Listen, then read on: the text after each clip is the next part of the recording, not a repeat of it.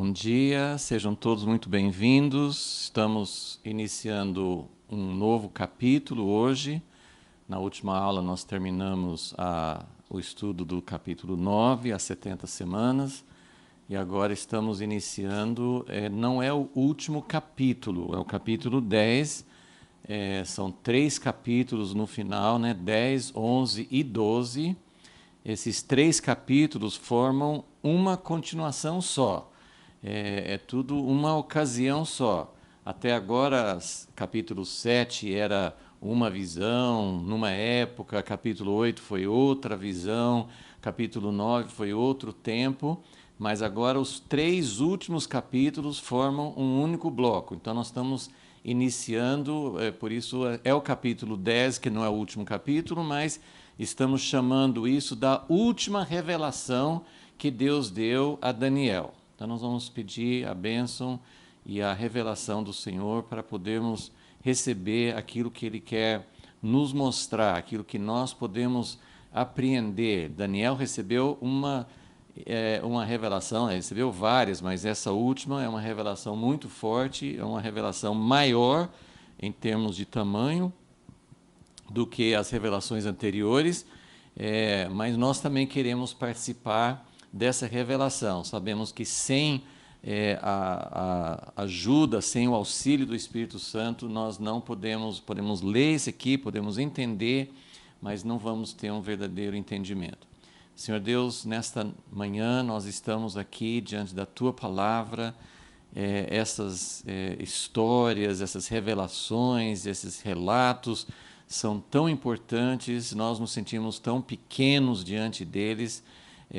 Sabemos, claro, que não chegamos nem próximo à posição de Daniel, estamos bem longe ainda dessa posição que ele ocupou, que o Senhor enviou um anjo, o Senhor enviou um mensageiro especial para revelar a ele esses acontecimentos, mas nós também estamos sendo agraciados por Ti, porque o Senhor colocou isso na Tua Palavra, e nós queremos também estar na posição certa, assim como Daniel, para poder receber também, não só a revelação daquilo que já foi escrito, mas queremos também nos posicionar para que hoje também o Senhor possa vir e revelar ao Teu povo aquilo que nós precisamos saber para os últimos dias. Nós também estamos em momentos críticos, assim como Daniel, na história, muito mais crítico, podemos dizer, por causa da proximidade da Tua volta. Então nós também precisamos das visitas, das revelações, de abrir os olhos, de enxergar além daquilo que nós temos visto até agora. E por isso, Senhor, nós queremos nos preparar, estudando a Tua Palavra, nos colocando diante de Ti, para que o Senhor também possa encontrar pessoas. Entendemos que não será um Daniel, mas que o Senhor possa encontrar pessoas, que o Senhor possa encontrar uma igreja, que o Senhor possa encontrar uma coletividade que deseja entender aquilo que o Senhor quer nos mostrar para os últimos dias. Nós pedimos isso com todo o nosso coração, em nome de Jesus. Amém. Então, eu vou ler os primeiros versículos do capítulo 10 de Daniel. Como eu acabei de falar, esses 3 capítulos formam um só bloco, um só encontro, um só momento, é uma continuação, mas o capítulo 10, todos nós sabemos que os capítulos essas divisões dos capítulos foram feitas muito depois, não foi Daniel que colocou esses capítulos, mas nós temos um capítulo, o capítulo 10, somente falando de uma preparação. A revelação mesmo, o conteúdo da visão, são os capítulos 11 e 12. Então, é diferente de qualquer uma das outras revelações que nós temos aqui no livro de Daniel, porque nós temos um capítulo inteiro falando sobre a preparação, sobre como ele tinha buscado o Senhor. Então, nós vamos iniciar essa preparação e vamos ver como Deus queria prepará-lo para essa visão que com certeza foi muito importante para ter uma preparação tão detalhada. Então aqui começa assim: no terceiro ano de Ciro, rei da Pérsia, foi revelada uma palavra a Daniel, cujo nome se chama Beltesazar. A palavra era verdadeira e tratava de uma guerra prolongada. Ele entendeu a palavra e teve entendimento da visão. Naqueles dias eu, Daniel, estive triste. Outras versões falam chorando, pranteando. Estive pranteando, estive em luto por 3 semanas completas. Manjar desejável não comi. Nem carne nem vinho entraram na minha boca. Nem me ungi com unguento, até que se cumpriram as 3 semanas. E aí no versículo 4 ele vai começar a falar o que ele viu, né? 24º dia do primeiro mês, eu estava às margens do grande rio Tigre, e aí ele vai ter uma visão.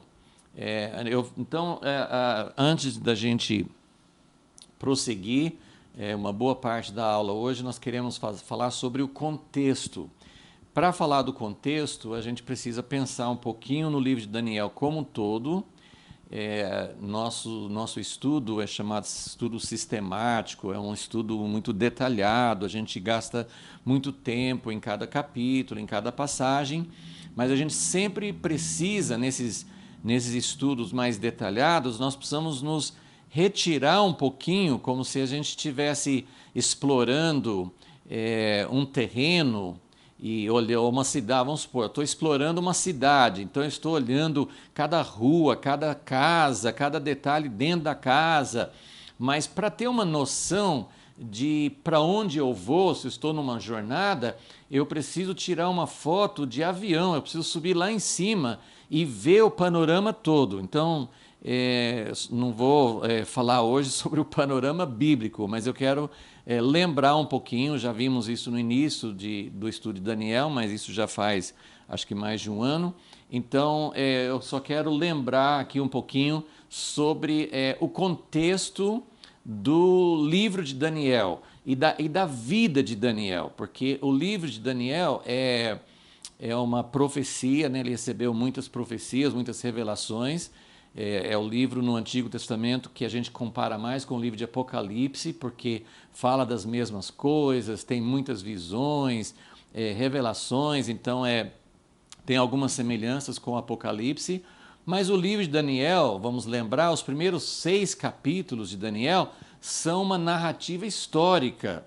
Então vamos olhar aqui, vamos pensar um pouquinho sobre a vida de Daniel, sobre o livro de Daniel, para a gente entender que nós estamos aqui agora no final e queremos ter uma visão de onde nós estamos.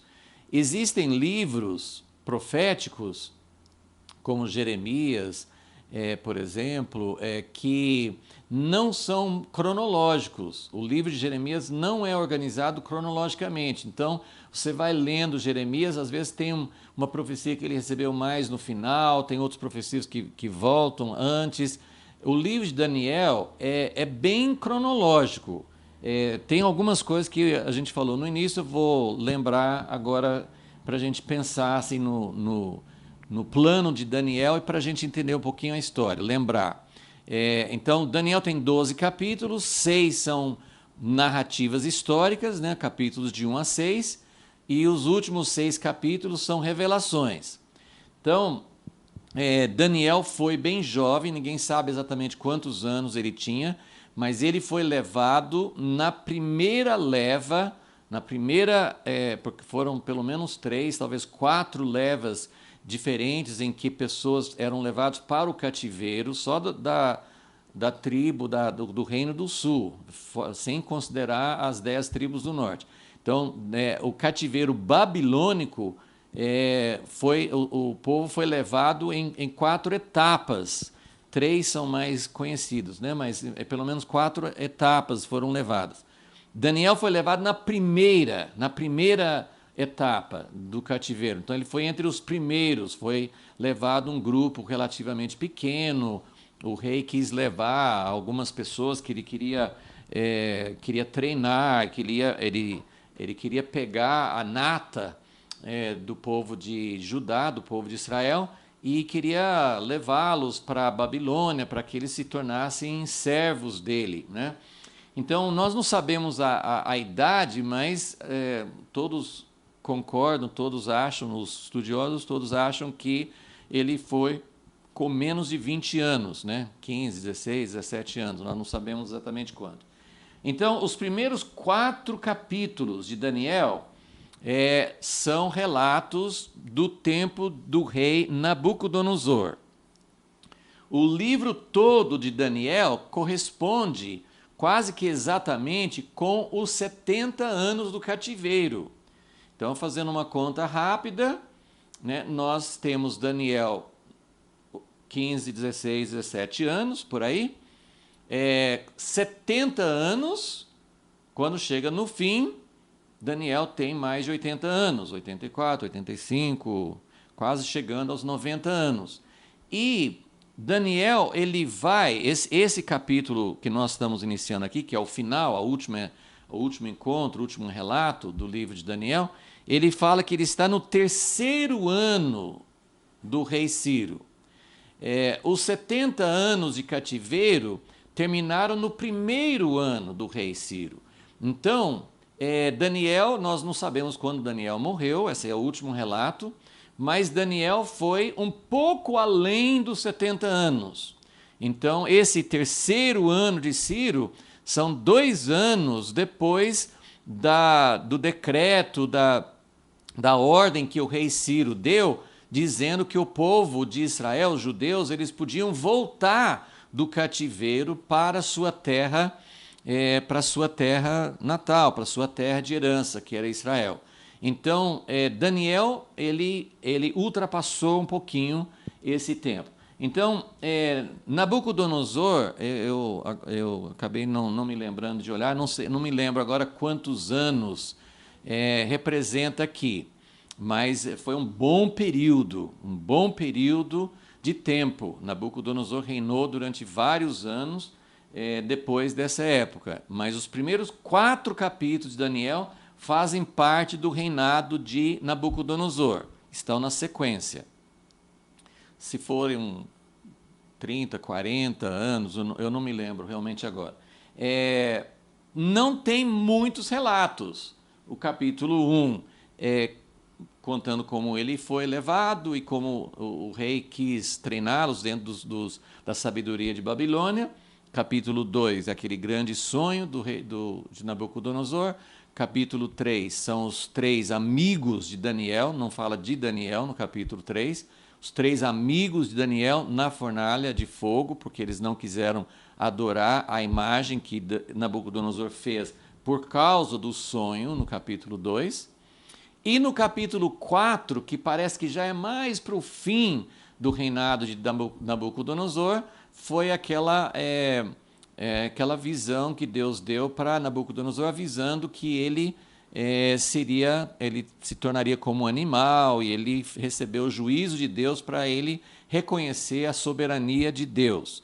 Então, esses foram os 4 capítulos sobre esse tempo de Nabucodonosor.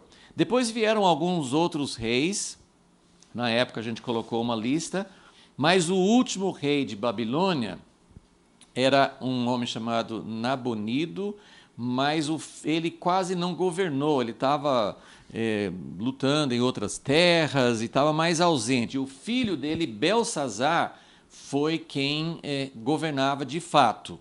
E o capítulo 5 mostra exatamente o último dia do reinado de Belsazar, quando ele fez um ato terrível de pegar os vasos sagrados do templo de Jerusalém e estava usando isso para adorar, para dar honra aos deuses dele, e aí Amon escreveu na parede e Daniel foi chamado para interpretar. Então, do capítulo 1 até o capítulo 5 é o tempo de Babilônia. No final do capítulo 5 já fala que a Pérsia conseguiu entrar na cidade de Babilônia por baixo dos muros, desviando o rio Eufrates. Eles entraram na cidade de Babilônia, e aí foi o fim de Babilônia e o início do império, do reinado persa, medos e persas. E aí, uma coisa que causa um pouquinho de dúvida, por isso que aqui no final eu coloquei Dario / Ciro, porque Dario, pelo que ninguém tem assim, ninguém achou documentos provando quem é esse Dario. Tem um outro Dario que aparece nos livros de Esdras e Neemias, mas isso era outro. Esse Dario, do capítulo 6, e depois menciona também no capítulo 9, esse Dario, ele parece que era alguém que Ciro colocou como governador abaixo dele, sobre Babilônia, porque Daniel continuou na Babilônia. A Pérsia dominou, conquistou, e Daniel ficou onde ele estava. E ele continuou servindo os novos donos do poder. E continuou servindo com Dario. Então, capítulo 6 é a história de Daniel sendo lançado na cova de leões, porque os amigos, inimigos dele fizeram uma armadilha para ele. Ok? Então, aqui são... essa aqui é a parte de narrativa, capítulos de 1 a 6, e nos leva até o início do Império Ciro, que inclusive em Daniel 1, só vou ler esse versículo para lembrar o que diz, no primeiro capítulo de Daniel, o último versículo, fala, né, que Daniel continuou ali na Babilônia até o primeiro ano do rei Ciro. Ele continuou no governo da Babilônia, mas depois do primeiro ano do rei Ciro, ele continuou, mas só que depois no outro governo. Ok? E os outros capítulos de Daniel se enquadram aonde? Por isso que eu coloquei aqui. Então, a gente chega na narrativa, na sequência, até o capítulo 6, quase até o fim. O primeiro ano de Dario também é o primeiro ano de Ciro. Ou seja, essa história da cova dos leões aconteceu bem no final da vida, próximo ao final dos relatos da vida de Daniel. E 2 anos, essa história acontece 2 anos, na verdade, assim, o capítulo 6 não fala que é o primeiro ano, só fala assim que foi no reinado, foi no tempo de Dario. Então, na verdade, nós não sabemos se a cova, é uma coisa interessante, que nós não sabemos, essa história da cova de leões pode ter acontecido até entre o capítulo 9 e o capítulo 10, porque o capítulo 9 é o primeiro ano do rei Dario, e o capítulo 10 é o terceiro ano de Dario e o terceiro ano de Ciro, ok? Então, quando que aconteceu a cova de leões, nós não sabemos, foi bem nessa época, ok? Mas as visões que nós vimos, do capítulo 7 e 8, voltam um pouco no tempo. Então, na narrativa, nós chegamos até a cova de leões, aconteceu já no tempo dos persas, mas os 2 capítulos, as 2 visões, 7 e 8, aconteceram nesse tempo do rei Belsazar. E é uma coisa interessante, olha que, acho que é só uma curiosidade, mas nada do que está na Bíblia é por acaso. Mas olha só, capítulo 7 foi no primeiro ano do rei Belsazar, que nós não sabemos exatamente quanto tempo foi. O capítulo 8 foi no terceiro ano do rei Belsazar. O capítulo 9 foi no primeiro ano do rei Ciro, ou Dario, que é a mesma coisa. E o capítulo 10 foi no terceiro ano. Então, nós temos 2 sequências de 2 visões. Primeiro ano de Belsazar, terceiro ano. Primeiro ano de Dario ou Ciro, terceiro ano. Então, é só uma curiosidade, mas é só para a gente entender que essas visões foram dadas nesse período. Então, 2 visões ainda antes do Império Persa e as outras 2 visões no final. Então, normalmente, eu coloquei aqui embaixo as visões que nós temos no livro de Daniel. Normalmente, quando nós pensamos nos capítulos 7 a 12, nós listamos 4 visões. Uma visão no capítulo 7, outra visão no capítulo 8, outra visão no capítulo 9, no final, né, depois da oração de Daniel, e outra visão aqui nesses capítulos finais. Então, são 4 visões que temos nessa última parte de Daniel. Só que eu coloco aqui também a visão que não foi Daniel que recebeu inicialmente. Nabucodonosor teve uma visão, um sonho, desculpa, ele teve um sonho e ele esqueceu. Né? Eu acho que se Deus for falar alguma coisa comigo, eu vou precisar de um Daniel perto de mim, porque eu sonho e esqueço que eu sonhei. Né? Às vezes eu lembro que eu sonhei alguma coisa, mas nem lembro mais os detalhes. Então, Nabucodonosor sonhou, ele acordou perturbado, porque acho que ele lembrou que era um sonho bem significativo, não era qualquer sonho, mas ele não conseguia lembrar. Então, na verdade, Deus deu a Daniel a visão do que Nabucodonosor sonhou. E é uma visão que tem muito a ver com as outras. Então, depois, provavelmente, nós vamos, mais no final do nosso estudo do livro de Daniel, provavelmente nós vamos voltar a pensar nessas visões, mas só para dar um apanhado rápido aqui das visões.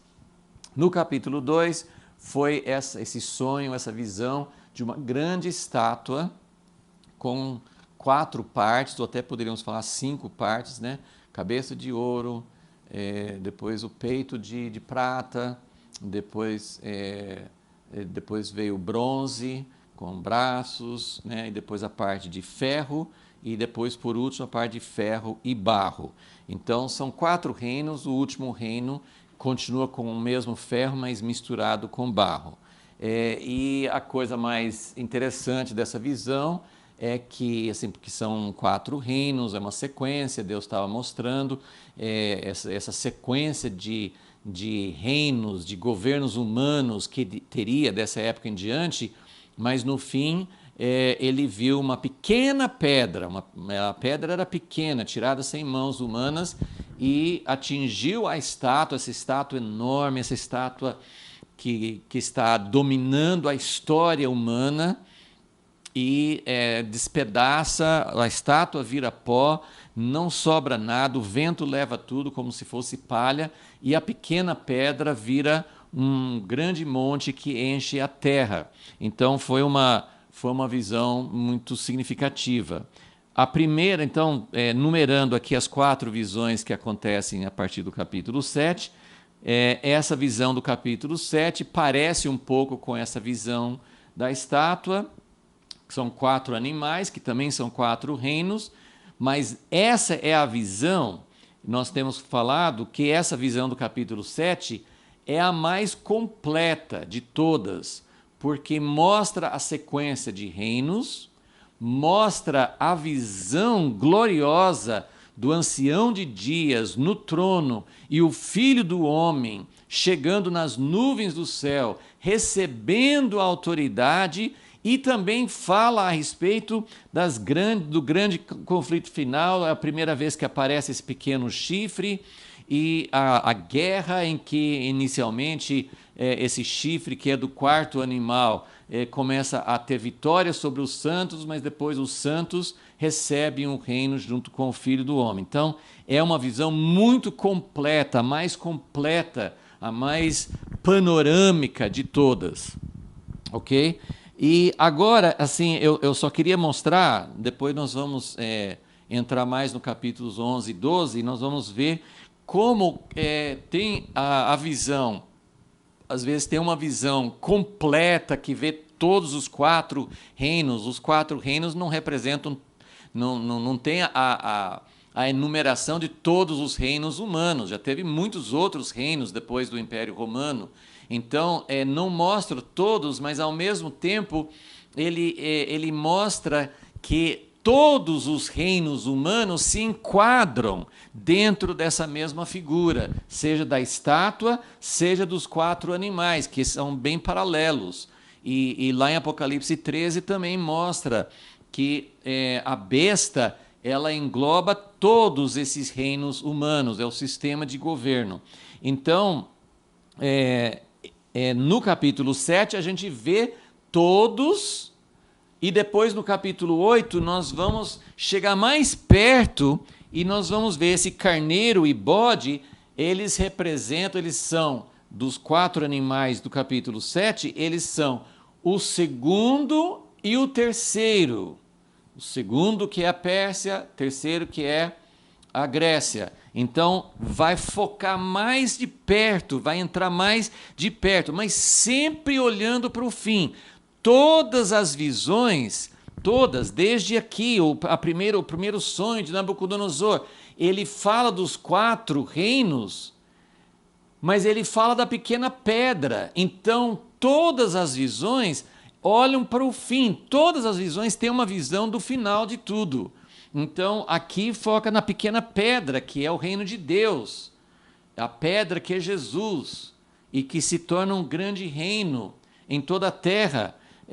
Nesse aqui nós vemos o Filho do Homem, mas tem também o pequeno chifre, representando esse representante do reino que é inimigo de Deus.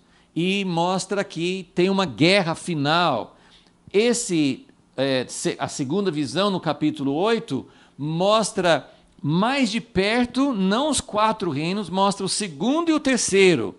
Só que no terceiro já aparece também o pequeno chifre, e ele também vai mostrar, eu coloquei só o pequeno chifre, mas mostra a abominação da desolação, os sacrifícios e a luta contra o povo de Deus, ok?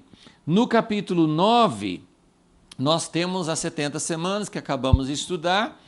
Esta é a única visão de todas aqui, do capítulo 2 e das outras 4.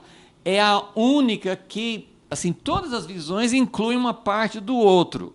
Mas o capítulo 2, o capítulo 7, o capítulo 8, e agora também os capítulos, principalmente o capítulo 11, que é a parte principal da revelação final, vai focar no reino humano. Daniel está na Babilônia. Deus está mostrando para Daniel, que está no centro do poder, Deus está mostrando para ele essa visão do que é o reino humano. Ele estava em um reino, Babilônia, depois ele entrou no segundo reino. No comecinho ele já era bem de idade, mas ele pegou um pouco do reino da Pérsia. Mas Deus está mostrando para Daniel e para o povo que ia ler depois, ele está mostrando essa visão do que é o sistema humano e como que isso vai chegar ao fim. Então há muita ênfase sobre esse aspecto do reino humano. O que vai virar isso? Qual vai ser o resultado final?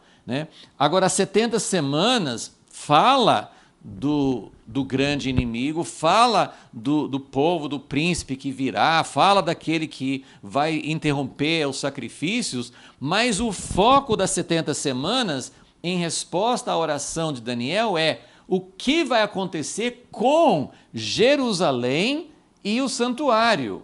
Então, o foco dessa terceira visão é o que vai acontecer, qual é o plano de redenção de Deus para o povo de Israel, para a cidade de Jerusalém e para o santuário, que é o lugar da habitação de Deus. Então, esse é o foco dessa terceira visão. E agora estamos chegando na quarta, nós ainda vamos estudar. Eu não vou entrar muito, assim, não quero falar muito sobre isso agora, mas eu coloquei aqui, esse aqui, então vamos entender aqui, estou tentando criar assim, uma visão do contexto. Então, para a gente entender, capítulo 7 e capítulo 2 falam de 4 reinos. 4 reinos que fazem parte do meu sistema humano. O capítulo 8 chega mais perto e examina só o segundo e o terceiro. E, na verdade, mais o terceiro. Ele fala do carneiro, mas fala pouca coisa do carneiro, que é a Pérsia. Ele foca mais no bode, que é a Grécia. E esse bode, ele já explica que vai ter um chifre muito grande, e depois esse chifre grande, que foi Alexandre o Grande, vai cair e vai surgir 4 chifres. E do meio desses 4 chifres vai surgir um chifre pequeno que vai sobressair, ok? Então nós estamos olhando mais de perto. Na verdade, dos 4 animais, nós estamos olhando mais o terceiro. Agora, essa última revelação ele vai focar, ele começa com a Pérsia, que é o segundo, fala rapidamente do terceiro, que é a Grécia, mas ele não fala muito de Alexandre o Grande. O grande enfoque aqui, dessa última, ele está chegando mais perto ainda. Capítulo 11 é um capítulo longo. Então ele vai falar com mais detalhes ainda do terceiro, mas de uma parte do terceiro, que são os 4 chifres. Nem dos 4 chifres ele vai olhar muito, ele vai olhar 2 desses 4 chifres, que é a Síria e o Egito, e ele vai olhar novamente o pequeno chifre e qual a relação disso com o tempo do fim. Então eu só queria mostrar isso para dizer, vai ter muitos conflitos, muitas guerras, e a gente precisa entender esse contexto para entender tudo que vem depois. Antes de agora focar assim, voltar assim, agora vamos pensar mais nesses primeiros versículos do capítulo 10, eu quero mostrar mais uma coisa interessante sobre essas 4 visões. A primeira e a segunda visão foram visões mesmo, assim, tudo é visão, mas olha como é um pouquinho diferente. O capítulo 7 fala que foi uma visão que ele recebeu de noite, visões e sonhos. Assim, Daniel estava dormindo e Deus deu uma visão, mas é bem interessante, assim, porque tudo bem, num sonho talvez você se vê num sonho, você se vê fazendo alguma coisa, mas pelo menos nos sonhos que a gente tem, parece que a gente não tem jeito de interagir. Daniel teve uma visão de noite, mas ele pergunta, ele fica olhando e ele começa a perguntar, e ele vê um anjo, o anjo responde, então ele interage, mas é uma visão, é uma visão.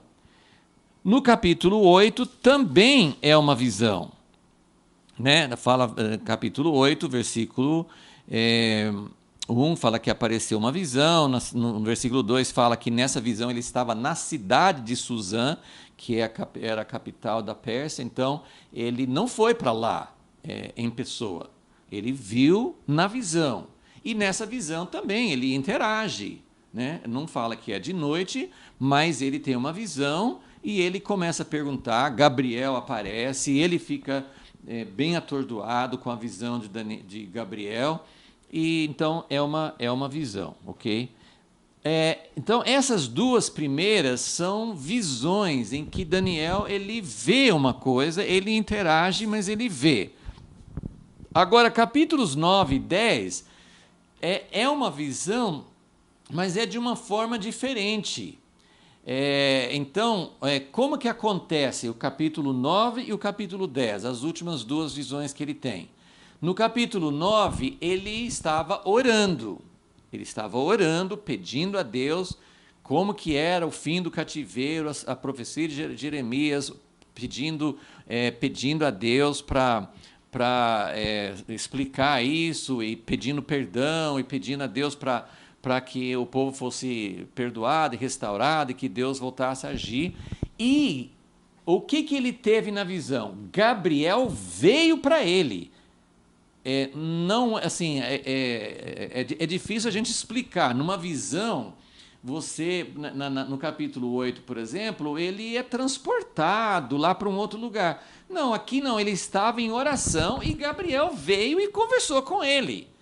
E Gabriel, só assim, o que Daniel viu foi Gabriel. Nas outras visões ele viu 4 animais, ele viu o Filho do Homem chegando nas nuvens do céu, ele viu as coisas. No capítulo 8 ele viu um carneiro, ele viu um bode. Nessas últimas 2 visões, ele não vê nada dessas coisas de animais, de reinos, de chifre, ele não vê nada, mas ele vê o mensageiro. Então, tanto no capítulo 9, quanto nessa última, de 10 a 12, ele não vê as coisas, ele não está tendo um filme mostrando as coisas que estão passando. E eu tenho muitas perguntas, provavelmente o dia que a gente estiver no reino com Jesus e conversando e vendo face a face, provavelmente eu vou esquecer de todas as perguntas que eu tenho agora. Mas se eu pudesse fazer uma pergunta agora, entre muitas outras, sobre esse assunto, Se eu tivesse com Daniel, eu ia perguntando, Daniel, só uma dúvida. Como é que você conseguiu lembrar de tudo que o mensageiro falou no capítulo 11? É tanto detalhe. Então, o rei do norte e o rei do sul, eu posso ler 5, 10 vezes o capítulo 11, eu não vou conseguir guardar esses detalhes. Hoje nós dependemos de gravação, nós dependemos de escrever. Como que Daniel conseguiu guardar? Essa é uma grande pergunta. Mas, então, nessas duas visões, ele não viu, ele ouviu, ele viu Gabriel, no capítulo 9, ele vê um mensageiro, capítulo 10, nós vamos ver isso em mais detalhes, ele vê algo assim que é muito deslumbrante, é muito, assim, ele fica muito atribulado, atordoado com essa visão, mas o resto é o mensageiro falando. Então ele só tem, ele tem que ouvir. Então é uma grande diferença das primeiras visões. Então isso é só também para a gente ter um contexto geral. Ok, vamos voltar então. Agora vamos focar aqui nesses versículos que eu acabei de ler, de Daniel 10, e vamos meditar um pouquinho mais sobre esse contexto, essa preparação. Em termos de pensar assim, sobre o impacto das visões, eu diria que o capítulo 7, a visão do capítulo 7 é a visão mais impactante de todas, porque mostra o Filho do Homem, mostra o Ancião de Dias, mostra a sequência de 4 animais, mostra a guerra final. Como eu falei, assim, é a visão mais abrangente. Mas, de alguma forma, nós estamos, como eu mostrei aqui, nós estamos chegando ao final da vida de Daniel, ao final das revelações de Deus a ele. Ele tem entre 85 e 90 anos, né, nessa última visão aqui. Como nós não sabemos a idade que começou lá em Daniel 1, então a gente não tem uma ideia exata, mas tem que ser por ali, entre 85 e 90 anos de idade. Talvez naquela época eles tinham mais vigor do que nós hoje, mas era uma coisa de idade, ele estava idoso já. Então agora vamos pensar em alguns outros aspectos dessa, assim, essa aqui é a coroa, né, a cereja em cima do bolo, é o final de tudo que Deus mostrou. Deus foi mostrando, Daniel teve uma vida exemplar, Daniel foi chamado no capítulo 9, versículo...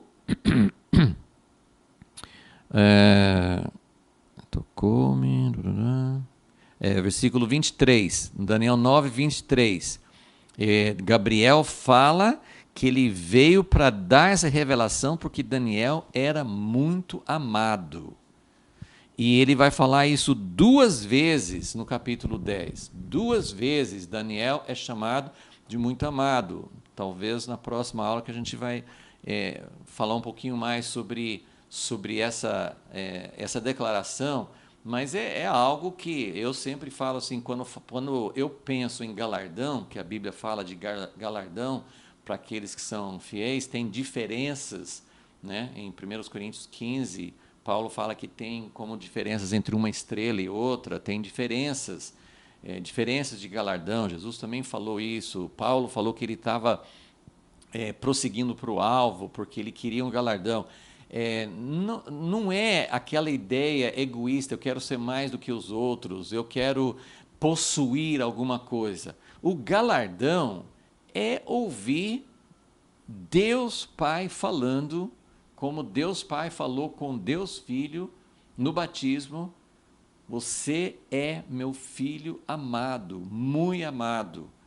E Deus falou isso também, né, no Monte da Transfiguração. Então, o Filho, Jesus, é muito amado. Daniel se destacou, Daniel foi alguém muito amado. E tudo isso aí tem muita coisa para a gente meditar. A gente pode dizer assim, a gente tem uma tendência a dizer assim, ele é algo, isso é uma coisa inatingível, eu jamais posso chegar nisso. Mas sabemos que em Jesus, Efésios 1, fala assim, nós estamos no amado. A noiva, coletivamente, é a amada do Filho. Jesus falou em João 14 que se nós ouvíssemos a voz, de Jesus pelo Espírito Santo, seguindo o que o Espírito Santo toca no nosso coração, ele não usa esses mandamentos como uma lista de regras, mas se nós tivermos um relacionamento com Jesus, no sentido de querer, como Jesus falou assim, eu quero fazer tudo o que o Pai quer de mim, eu não vim com minha própria vontade. Então Jesus está dizendo, se nós entrarmos nessa relação com Ele, de obedecer, não é uma obediência obrigatória, não é uma coisa, não é um peso, não é uma obrigação, é um relacionamento com Jesus. Se nós ouvirmos a voz dEle e realmente acompanharmos, obedecermos a sua voz, então o Pai nos amará e virá fazer morada em nós. Então, esse caminho de Daniel, ele é um caminho aberto, ele não é um caminho exclusivo. Né? Porque João, o apóstolo João, se considerava o discípulo amado? Porque ele queria estar perto de Jesus. E Jesus não falou assim, olha gente, eu sei que vocês todos estão me seguindo, mas eu gosto mesmo de João. Não é uma escolha desse jeito. É realmente algo que nos impulsiona a ter um relacionamento de proximidade. Então, Daniel aqui está no final da vida dele. E eu quero só meditar rapidamente sobre algumas coisas que nós sabemos sobre Daniel. Por exemplo, Daniel 10:1 fala assim que no terceiro ano de Ciro foi revelada uma palavra a Daniel, cujo nome se chama Beltesazar. Por que ele foi lembrar aqui do nome babilônio dele? Esse nome foi dado a Daniel no capítulo 1.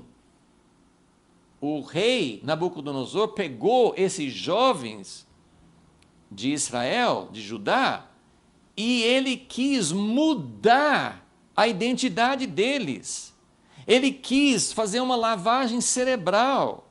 Ele quis quis apagar tudo que eles tinham de conhecimento, de princípios, de vida dada por Deus. Ele queria tirar tudo isso e trazer e imprimir sobre esses jovens uma outra sabedoria. Essa sabedoria da Babilônia. Ele queria colocar sobre eles outro conhecimento. E ele mudou o nome. O nome significa identidade. Então, ele deu a Daniel e aos 3 amigos de Daniel nomes babilônios. Mas durante todo o livro de Daniel, usa mais o nome dele, Daniel. Meu nome é Daniel. Mas em vários momentos fala, esse que é chamado Beltesazar. Por que fala aqui? Eu não sei exatamente.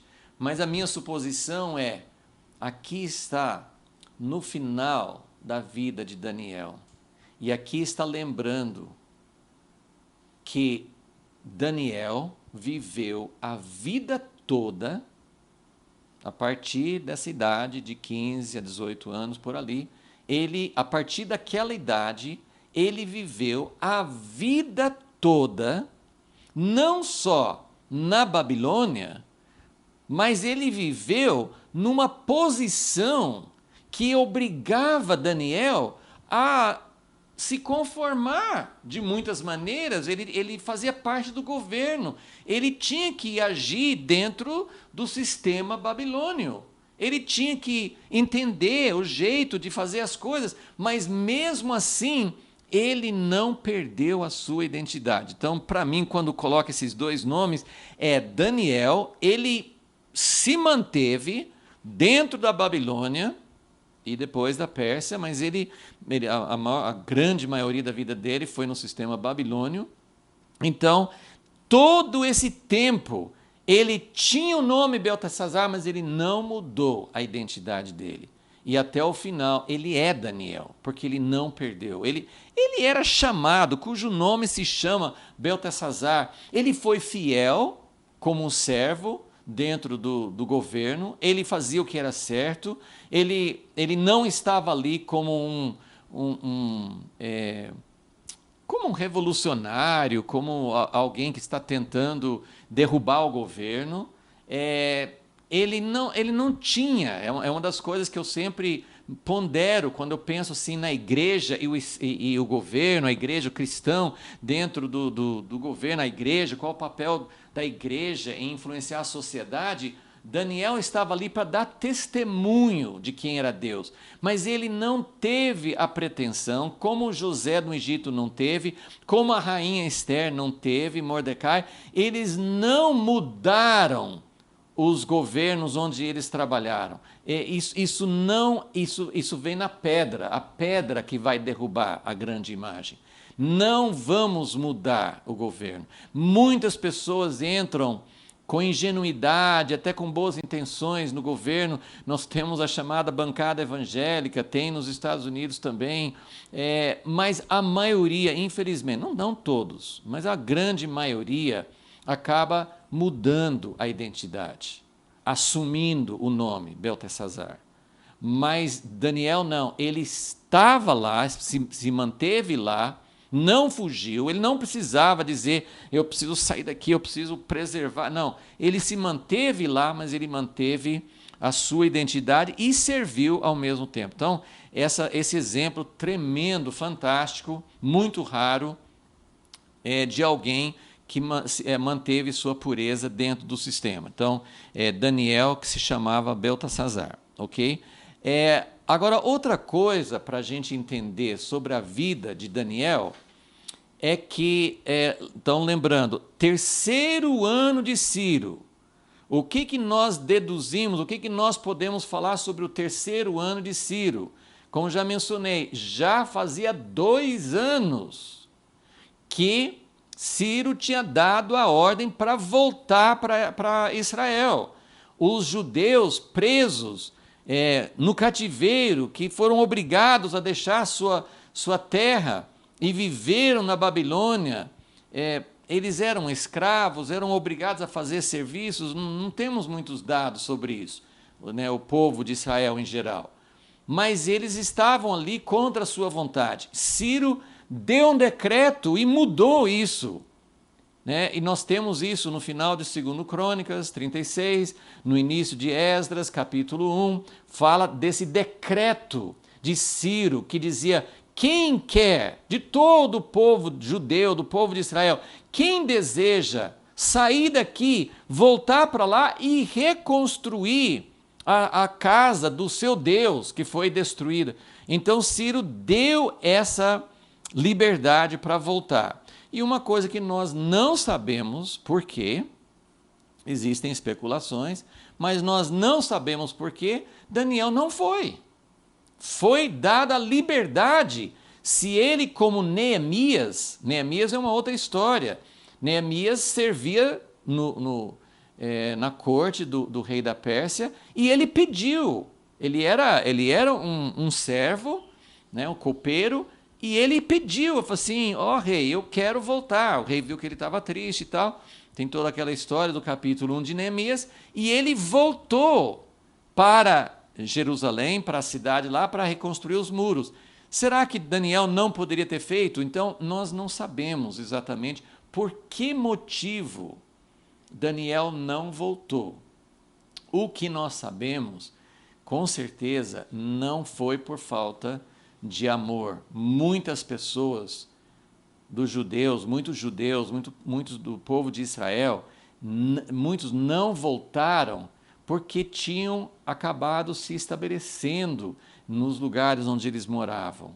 Eles estavam bem. Lembra que Jeremias até mandou uma carta no início do cativeiro dizendo, olha, não pense que vocês vão voltar rapidinho não, vai ser de 70 anos. Então tem tempo de vocês construírem suas casas, tem tempo de vocês se casarem, de vocês terem filhos, seus filhos se casarem. Então, muitos fizeram isso, né, obedeceram a ordem de Deus, né, em Jeremias 29, mas não voltaram. Quando chegou a hora, não quiseram voltar. Então, Deus sempre tem uma linha que, para nossa cabeça, é assim, nós somos sempre de extremos errados. Né? Na hora que Deus quer que fique quieto na Babilônia, que ore pela paz da cidade, que procure o bem de onde vocês estão morando, nós queremos voltar, queremos acabar com tudo, né? Nós queremos fazer o contrário. Aí depois, quando os 70 anos se cumprem e é hora de voltar, aí a gente quer ficar. Então a gente sempre é do contra. Mas Deus quer, como Daniel, alguém que vai servir, vai ser fiel dentro de onde Deus nos colocou, mas na hora certa vai estar pronto para sair. Agora, Daniel não saiu. Então, eu não tenho resposta para isso. Alguns acham, não, ele não saiu porque ele estava muito idoso já. Acho que não justifica, porque teve pessoas idosas que voltaram para reconstruir o templo. Até choraram porque viram que ia ser uma casa muito mais simples do que o templo de Salomão. Então, era por causa da idade? Provavelmente não. Talvez por causa da responsabilidade dele dentro da posição onde ele estava. Deus não deu ordem para ele. Com certeza, um homem como esse, nós nunca poderíamos dizer que ele deixou de atender uma ordem de Deus. Mas agora eu quero que vocês vejam o versículo 2. Daniel 10, 2. Naqueles dias, eu, Daniel, estive triste, ou pranteando, ou de luto, ou chorando por 3 semanas completas. Então, aqui eu quero fazer uma comparação entre Daniel e Moisés, por exemplo. Moisés viveu no chamado de Deus para tirar o povo de Israel e levar para a terra prometida. E Deus não permitiu que Moisés entrasse na terra prometida. Ele precisou morrer antes de passar o Jordão. Deus o levou a um cume de um monte, mostrou toda a terra, mas disse, você não vai entrar. Então, nós não sabemos o que aconteceu com Daniel. Por que ele estava triste? Por que ele estava chorando durante 3 semanas? Ele estava num jejum, algumas pessoas chamam isso de jejum de Daniel. Versículo 3. Ele não ficou 3 semanas sem comer. Ele só não comia manjar desejável. Então, ele comia assim o mínimo, e nada assim de tirar, nada de ter prazer no comer. Então, ele comia alguma comida, ele fala especificamente de carne e vinho. Então, ele não comia carne e não tomava vinho, que provavelmente ele está citando essas duas coisas como a parte mais gostosa, mais prazerosa da alimentação. Então, ele fez um jejum, então tem muitos tipos de jejum. Jejum que você negar, você sacrificar alguma coisa. Tem pessoas que ficam sem... antigamente falava assim, televisão, né? Hoje acho que muita gente fica sem televisão sem problema nenhum. Mas aí se fala assim, mas fica sem internet, fica sem celular. E talvez seria um sacrifício mais difícil. Mas existem vários tipos de coisas que Deus pode levar alguém a fazer. Esse jejum de Daniel era um jejum parcial, era um jejum que ele falou assim, eu vou ficar 3 semanas sem, não sei se ele tinha colocado data, mas no momento em que aconteceu essa visão, ele estava há 3 semanas nesse processo. Então, ele não usava comidas gostosas, e ele também não se ungiu. Várias pessoas falam que era um clima assim, quente, seco, de deserto. Eu acho que hoje seria, talvez, comparável a não tomar banho, ou não usar desodorante, ou sei lá. Assim, ele também, assim, em outras palavras, assim, ele se separou. Eu não vou dar prazer para mim, eu não vou cuidar das coisas assim para mim. O que significa isso? Ele está voltado para Deus. E o jejum, pensando assim, especificamente no jejum, que nós ficamos fracos, nós ficamos... a pessoa que não come por um dia já sente fraqueza, muita fraqueza. Por que o jejum é importante para quem está buscando a Deus? Uma das coisas assim, se você está confiado, se você está confiante na sua própria força, você vai comer mais, não menos, né? Assim, você vai comer o suficiente, né? Não precisa exagerar. Mas assim, para você ter força, você precisa se alimentar bem. Então, se você diz, Deus, eu vou fazer um projeto para o Senhor, eu vou fazer algo, a comida, isso é um dos significados, né, do jejum, tem outros, mas eu estou focando num aqui, porque Daniel, ele está... quando a visão chega para ele, ele está mais fraco, porque ele está se alimentando pouco, e provavelmente o efeito, o impacto da visão, mesmo que ele estivesse bem alimentado, talvez ele ia cair de rosto em terra do mesmo jeito e tal.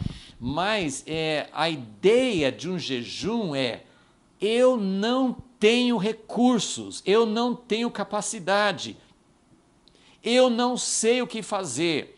Tem um exemplo no final do livro de Juízes, quando teve um tipo de uma guerra civil, a tribo de Benjamim indo contra as outras tribos, e 2 vezes as outras tribos que estavam fazendo o que Deus mandava fazer, eles foram derrotados, um exército. E aí eles pararam, depois de 2 derrotas, eles pararam e jejuaram. Gente, um exército não pode jejuar. Você vai entrar na batalha, você precisa de força, você não precisa estar de jejum.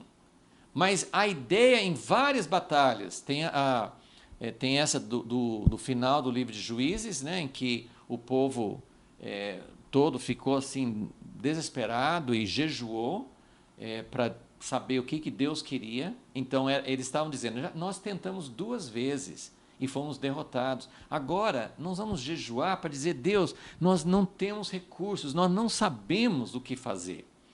O outro exemplo que não é jejum, mas é a mesma atitude, é 2 Crônicas 20, quando fala de Josafá enfrentando um exército muito maior, muito maior do que o exército dele, e eles ficaram assim diante de Deus. Acho que até fala de jejum também. Eles ficaram diante de Deus e dizendo, Deus, o que nós vamos fazer? E eles esperaram uma palavra do profeta. Um profeta veio e falou assim, olha, vocês não precisam fazer nada, porque vocês vão simplesmente ficar parados, vocês vão colocar os cantores, os músicos na frente. É outra coisa absurda. Quando que os músicos vão ficar na frente da batalha? Nós estamos falando de uma batalha física, de armas mesmo. Então, eu estou dando esses exemplos só para dizer assim, Daniel, ele está muito triste por causa de alguma coisa. Outra coisa aqui que nós não sabemos, por quê? Ele não fala. Por que ele estava triste? No capítulo 9, ele estava perguntando para Deus. Tem a profecia dos 70 anos de cativeiro, e Deus, nós ainda não estamos prontos, e o que o Senhor vai fazer? Como que nós podemos nos arrepender? Mas agora, no 3º ano, a situação do cativeiro já tinha sido resolvida a situação. Então ele estava dizendo, ele estava aqui, por que ele está triste? O cativeiro acabou. Agora, claro, ele teve uma visão, uma mensagem profética no capítulo 9, dizendo, olha, o cativeiro vai acabar, mas vem 70 semanas e vai ter muita luta, Jerusalém vai ser reconstruída em tempos difíceis. E aqui no capítulo 10, ele fala, no início ele não tinha essa palavra, mas quando ele recebe a palavra, o resumo da palavra no versículo 1 a palavra era verdadeira e tratava, a minha tradução fala de uma guerra prolongada, uma grande guerra, um conflito, tempos difíceis.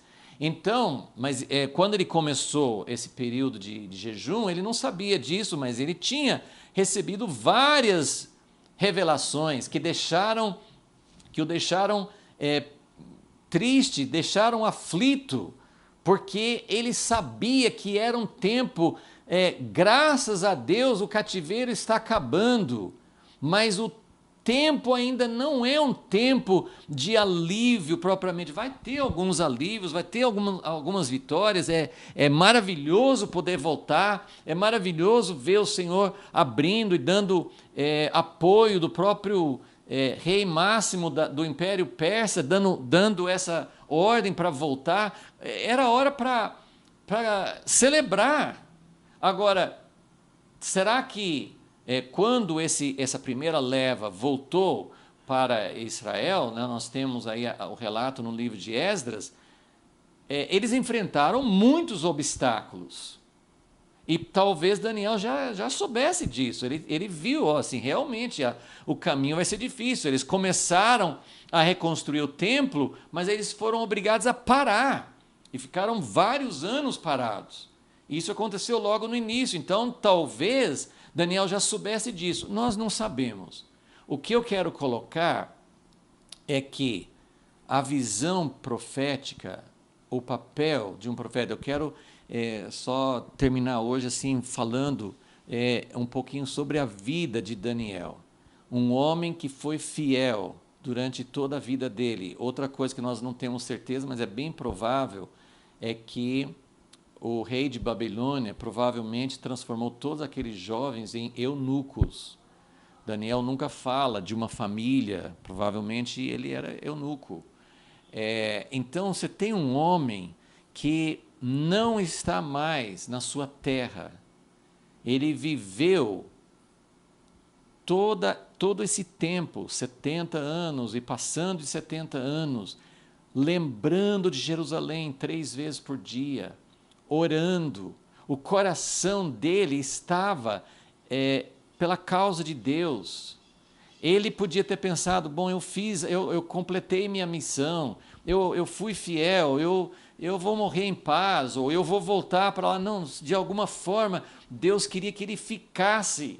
Essa parte nós não temos a explicação, mas por algum motivo, Deus queria que ele ficasse ali. Então, ele teve que suportar a dor de ter visto de longe, de ter orado no capítulo 9 e até de ter presenciado na vida dele. Ele teve a honra de poder ver a profecia de Jeremias se cumprir e o povo voltar para a terra deles. Então ele viu a resposta dele do capítulo 9, ele viu a resposta, mas ainda assim Deus tinha mostrado tantas coisas para ele que ele estava pesado, e fala que ele chorou, ele ficou pranteando durante 3 semanas. E tem algo que me afeta muito quando eu penso em todos esses aspectos da vida de Daniel, de pensar que o profeta não é aquele que simplesmente recebe uma revelação de Deus sobre o que vai acontecer. Eu acho que nenhum profeta no Antigo Testamento recebeu tantas revelações sobre coisas que iriam acontecer. Deus mostrou para Jeremias que ia ter 70 anos, Deus mostrou para Isaías que ia ter um homem chamado Ciro. Deus deu revelações tremendas para servos dele, mostrou para Abraão que os descendentes dele iam ficar 400 anos no Egito. Deus mostrou para outros homens, mas a quantidade de visões, de revelações que Deus deu para Daniel é impressionante. Mas o profeta não é aquele que simplesmente sabe de Deus o que vai acontecer. Lembramos de Amós, capítulo 3, que fala assim, Deus não vai fazer nada sem revelar o seu segredo aos seus servos, os profetas. Mas para quem ele revela os seus segredos? Para alguém que é amigo. Então, a coisa principal de um profeta não é só saber que Deus vai fazer alguma coisa, mas é sentir o coração de Deus. Você pode ler os livros proféticos, né, de Isaías até Malaquias, você pode ler os livros proféticos e também olhar homens como Elias, homens como Samuel, outros homens proféticos no Antigo Testamento, e você não vai encontrar tantas palavras predizendo o futuro, não são tantas. É alguém que está transmitindo o coração de Deus. Malaquias fala assim, por exemplo, Deus fala com Malaquias, Malaquias transmite, Deus falando assim, quem dera, quando Deus fala quem dera, Ele que é Deus, e Ele fala quem dera que alguém fechasse as portas da minha casa, porque vocês estão entrando e estão fazendo as coisas de um jeito errado. Então Deus está mostrando o coração dEle. E a gente tem o profeta Jeremias que chorava, que queria que a cabeça dele virasse uma fonte de lágrimas, de tanto que ele sentia o peso do coração de Deus. Então, olha o que está dizendo aqui, ó, ainda estou no versículo 1, voltando para o versículo 1 de Daniel 10. Fala assim, Deus deu, foi revelada uma palavra a Daniel, a palavra era verdadeira. Então, ele tinha muita convicção de que Deus deu uma revelação verdadeira. Então, essa é a parte assim, puxa, Deus está revelando algo muito verdadeiro. O que é essa palavra verdadeira? É tudo que nós vamos estudar depois nos capítulos 11 e 12. Então, Deus deu a ele, e várias vezes fala, por exemplo, lá no sonho de Nabucodonosor, Daniel fala com o rei, fala assim, essa palavra é uma palavra verdadeira, vai acontecer, você pode pôr sua mão no fogo que vai acontecer, é uma palavra verdadeira. Então Deus dá revelações que são confiáveis, dá para confiar que vai acontecer, mas olha o que, a palavra era verdadeira, se tratava de uma guerra, de um conflito, de um tempo difícil, de um grande conflito, mas aí o final do versículo 1, ele, Daniel, entendeu a palavra e teve entendimento da visão. E isso aí é uma coisa que tem no livro de Daniel inteirinho. Todas as vezes fala assim, né, o anjo vem e fala assim, eu vim para te dar entendimento. Entendimento não é só saber o fato. E por isso eu tenho enfatizado, acho que quase todas as aulas eu tenho enfatizado, não adianta ter aquele diagrama das 70 semanas. Não adianta saber que vai acontecer isso na última semana, vai ter um terceiro templo, vai acabar, vai interromper o sacrifício. Não adianta saber os fatos, a gente precisa ter entendimento da visão. E esse entendimento tem a ver com o coração de Daniel. E por isso que ele fala, naqueles dias eu, Daniel, estive chorando por 3 semanas. Por quê? Nós vamos ver depois, nas próximas aulas, como esse tempo de Daniel chorar diante de Deus, Daniel não fazia ideia do que estava acontecendo no mundo espiritual. Ele não sabia que tinha um anjo lutando com o príncipe da Pérsia. E esse capítulo 10 tem sido muito usado para falar de guerra, de batalha espiritual, de como que nós devemos lutar contra os príncipes que dominam o Brasil e os outros países. É muito interessante, nós vamos falar sobre isso. Mas se a gente perder essa primeira parte, então se você achar que um profeta é alguém que tem uma revelação do que vai acontecer, e nós estamos vivendo um tempo, né, aqueles que acompanham algumas dessas coisas, isso tem acontecido no Brasil também, às vezes alguém publica uma coisa no YouTube, alguma rede, falando, Deus está falando, eu vi uma revelação que o presidente vai morrer, ou tem uma revelação que fulano vai ser eleito. Na pandemia do ano passado, tinha gente prevendo, profetizando que a pandemia ia durar 2 meses, ia acabar na Páscoa, ia acabar no Pentecoste, e nós estamos já no outro ano. Então nós temos exemplos atuais. E mesmo que fosse verdadeiro, mesmo que fosse alguma coisa verdadeira, que Deus, assim, que alguém recebesse de Deus, se não tiver o coração de Daniel, bom, eu não sei como Deus faz, porque Deus fala assim, eu não vou fazer nada sem falar com meus amigos, os profetas, aquele que entra no meu conselho. Então, isso é muito pesado. E só voltando mais ou menos, mais uma vez, para falar sobre esse homem, Daniel, assim, é uma coisa que me afeta muito, porque eu tenho acompanhado isso. Meu pai era um homem muito profético, ele tinha um encargo muito grande para falar de como a igreja precisava se preparar para a volta de Jesus, e ele falava muito sobre uma igreja que não coloca o homem no centro, uma igreja que realmente é preparada, que não está envolvida com o sistema do mundo, com o sistema de organização, com o sistema de domínio humano. Ele falava muito sobre isso. E às vezes ele pensava, e outras pessoas às vezes até falavam assim, você talvez vai ser como Simeão, você vai ver pequenininho. Eu acho que ele não viu nem pequenininho.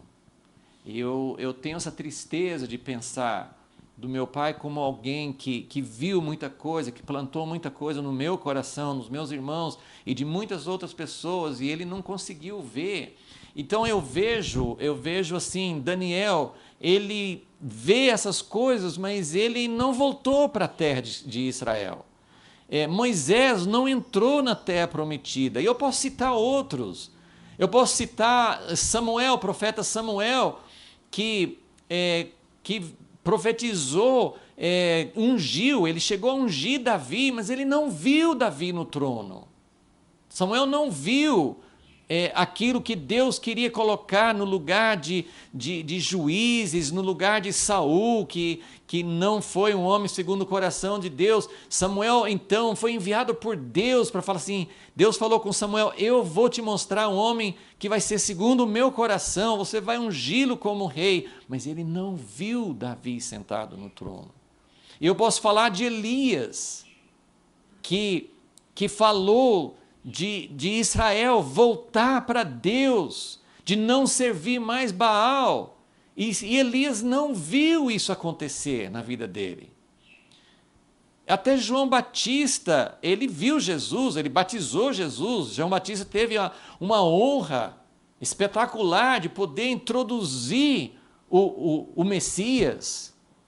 Mas ele viu alguma coisa do Messias que não aconteceu na primeira vinda. E ele ficou tão perturbado com isso que ele mandou na prisão, mandou perguntar a Jesus se era Jesus, era o Messias mesmo, ou ele tinha que ficar esperando o outro. Então, de certa forma, João Batista também não viu ele não viu acontecer aquilo que Deus mostrou para ele. Então, nós temos esses exemplos de pessoas, na verdade, Hebreus 11 fala de uma série de heróis que não viram as promessas de longe. Então, isso é um aspecto. Então, por que Daniel estava chorando por 3 semanas? Porque ele foi além de receber uma revelação de acontecimentos. Ele teve realmente uma outra atitude. Eu vou ler um outro versículo aqui no capítulo 10 para mostrar isso. Nós vamos depois seguir versículo por versículo, mas eu vou me adiantar e vou falar aqui no versículo 12, versículo 11, né, quando ele teve essa visão tremenda, que alguns acham que foi o próprio Jesus se revelando a ele, outros acham que não pode ser. Nós vamos falar sobre os prós e contras disso, mas no versículo 11, né, depois que Daniel tem essa visão e ele vê esse enviado de Deus para ele, esse homem fala com ele assim: Daniel, homem muito amado, atende às palavras que te vou dizer, levanta-te sobre os teus pés, porque te fui enviado. Ao falar ele comigo esta palavra, pus-me em pé, tremendo. Versículo 12, então me disse, não temas, Daniel, porque desde o primeiro dia em que aplicaste o teu coração a compreender e a humilhar-te perante o teu Deus, são ouvidas as tuas palavras, e eu vim por causa das tuas palavras. Gente, esse versículo 12 é um versículo que é para derrubar qualquer pessoa, porque Daniel, ele ficou derrubado por causa da visão gloriosa de se era um anjo que parecia muito com Deus, e se era Jesus, era na glória de Jesus. Então, ele teve uma visão que ele ficou prostrado por causa do impacto dessa visão, mas depois ele ficou impactado pelas palavras. Lembra quando o anjo Gabriel chegou para Maria e falou assim: bem-aventurado és tu. Ele falou assim: você é uma pessoa que achou graça aos olhos de Deus. Gente, eu acho que eu ficaria um ano sem poder falar. Porque, assim, o que mais que você quer na vida?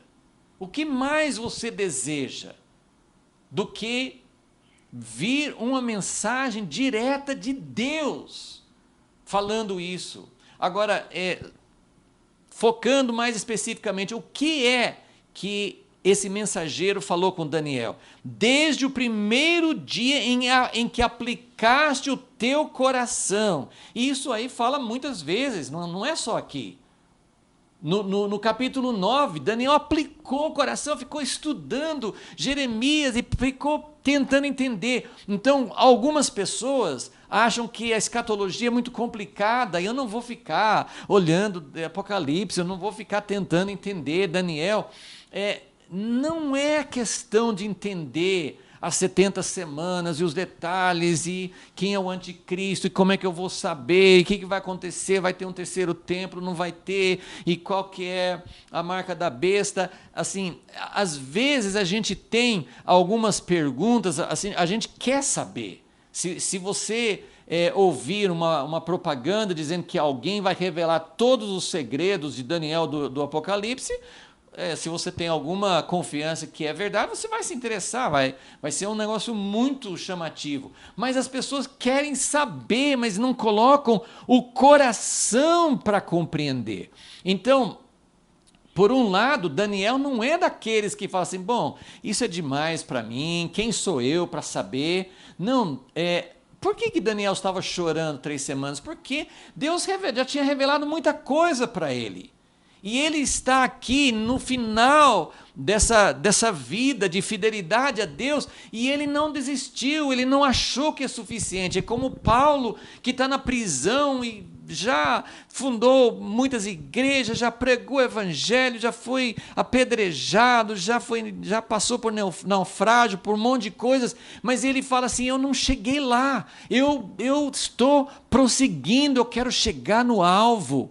Então, esse anseio por algo mais, mas não é um anseio para dizer assim: eu quero ser o cara que sabe falar o que são as 70 semanas, eu quero ser o cara que sabe dizer quando que o anticristo vem. Não, Daniel tinha um coração assim: eu quero saber o que é que Deus está sentindo sobre o seu povo, eu quero saber qual é o encargo. Ele estava chorando. Eu não sei exatamente o que passava no coração de Daniel, mas era alguma coisa relacionada a tudo que Deus tinha revelado, e ele entendia que o tempo, embora fosse um tempo maravilhoso, o tempo 70 anos antes era um tempo de lamentação. Jeremias chorou demais, porque Jerusalém foi destruída, o templo, o povo foi morto, muitos levados para o cativeiro. É tempo de muita angústia. Agora é o tempo de voltar do cativeiro, é o tempo, muitos profetas falavam, no tempo de voltar do cativeiro, vocês vão ser restaurados, vocês vão ter uma nova aliança, vocês vão saltar e pular, porque tudo vai ser como antes. Mas não era esse tempo ainda. Então, o meu coração, talvez a coisa mais importante que eu vou falar nessa aula é: qual é o tempo em que nós estamos vivendo? Daniel viveu um tempo de retorno do cativeiro, mas Daniel está chorando, porque Daniel entendeu que ainda não é o tempo de celebração. Ainda é um tempo, ele recebeu algumas noções de que ainda tinha uma longa caminhada, tinha muita coisa para passar. E Daniel está angustiado, então por isso ele era um homem muito amado, porque ele se interessava. Então, versículo 12 fala duas coisas. Ele aplicou o coração para compreender. E a segunda coisa, ele se humilhou perante o seu Deus. Então, nós temos essas duas coisas. Nós temos na vida de Daniel, algumas pessoas têm falado e eu acredito nisso. Daniel é um modelo de algo que Deus vai fazer coletivamente. Há muitos anos, pessoas como tem Mike Bickle com a IHOP nos Estados Unidos, mas é um ministério, tem pessoas aqui no Brasil, muitas pessoas têm falado sobre uma onda de ministério mundial, é um movimento global de oração. Eu creio nisso, mas eu sei que muita coisa tem sido feita, eu sei que tem muitas pessoas, tem ministérios, né?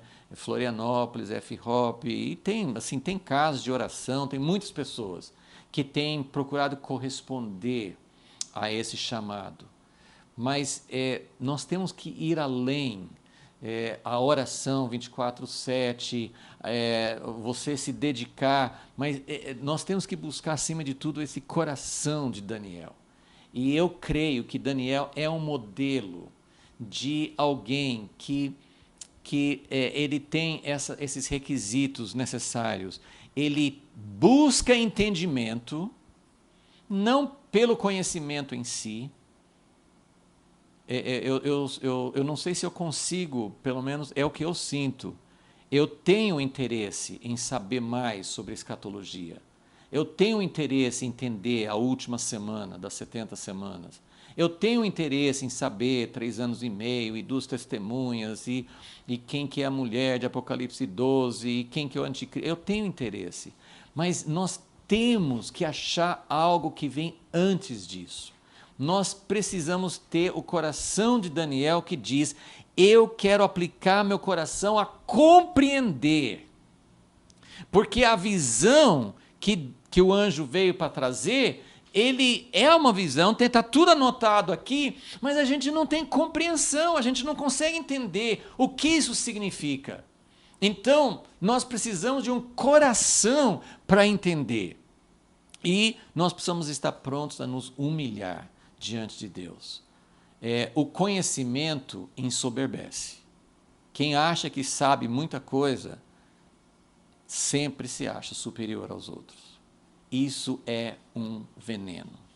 Deus deu a Daniel as duas coisas. Um coração para entender, um coração que buscava. Não, eu não vou deixar de perguntar. Eu quero saber. Ele perguntou no capítulo 7, mas e aquele quarto animal que é mais terrível? Ele queria entender. Ele não era uma pessoa apática, ele queria entender, mas ele tinha um coração também que se humilhava. Então, esses são os princípios que nós precisamos saber. Tem um versículo que fala, eu vou ler esse versículo em Salmo 74. Salmo 74, versículo 9. Já não vemos os sinais miraculosos, já não há profeta, nem há entre nós alguém que saiba até quando isto durará. Então, esse é Salmo 74, 9. O profeta, essa é uma parte, né, da missão do profeta. O profeta precisa saber quando, como, mas acima de tudo, o profeta precisa passar o coração de Deus. Eu não estou rejeitando, criticando. Existem muitos ministérios chamados proféticos hoje. Eu creio que Deus tem falado, tem muitos irmãos que estão sendo fiéis a Deus, mas de maneira geral, meu coração geme porque eu não sinto, eu não ouço. Talvez eu que não tenho ouvidos para ouvir, eu quero um coração que possa compreender, mas até agora eu não estou ouvindo algo que realmente me convença de que Deus está nos dando. É um tempo de voltar do cativeiro, é um tempo, na aula passada eu falei assim, que tem tempos em que a igreja vai afetar os governos, vai impactar, como no tempo que lutavam contra a escravidão, e tem tempos em que na igreja primitiva ninguém falava em impactar o governo. Ninguém falava, porque não era o tempo para isso. Então, que tempo nós estamos vivendo? Aonde estamos focando, onde estamos direcionando as nossas orações? O que é que nós esperamos que a igreja no Brasil, no mundo ocidental, porque lá na China eles também não oram. Eles não oram sobre eleições porque eles não têm eleições. Então, são situações diferentes no mesmo tempo, mas qual é o tempo de Deus para nós hoje?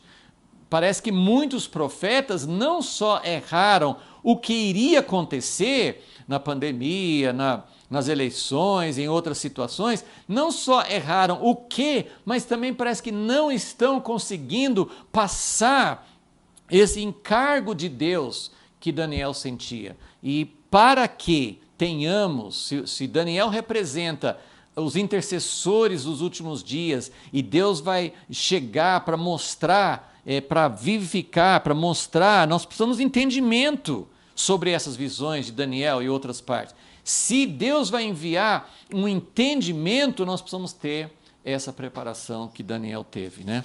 Chorando por 3 semanas, se negando a viver em prazeres próprios, isso era um tempo, né?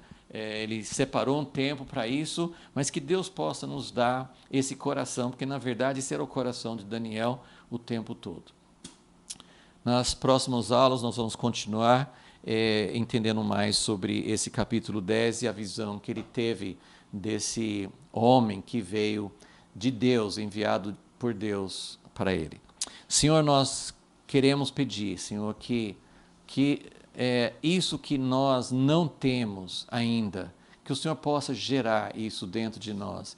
Eu não acredito que eu consiga fazer o que Daniel fez. Eu vou dizer assim amanhã, eu vou começar um período de 21 dias, eu vou fazer isso, aquilo.